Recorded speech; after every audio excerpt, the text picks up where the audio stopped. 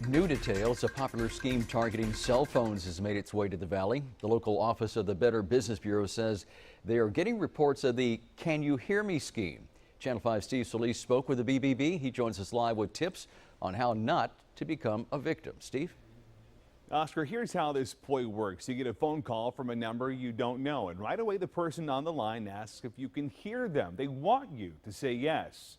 That's because they're recording the call in hopes of using that recording against you so they can buy stuff in your name.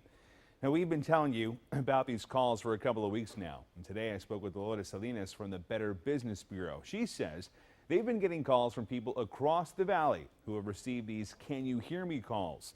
Salinas says there's one simple tool that can keep you from becoming a victim, and that is caller ID.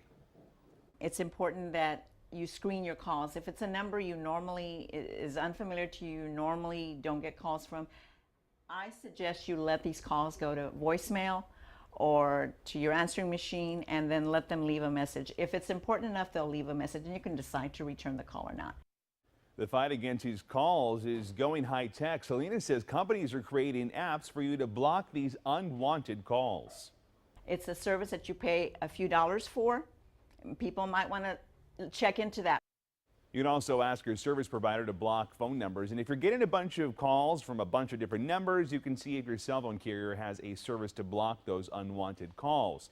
Now, you may have placed your phone number on the National Do Not Call Registry, but remember, that just cuts down on unwanted telemarketing and sales calls. People trying to take advantage of you typically don't follow the law, so they're not going to adhere to a don't call list either. Live in the studio, Steve Solis, Channel 5 News at 10:30.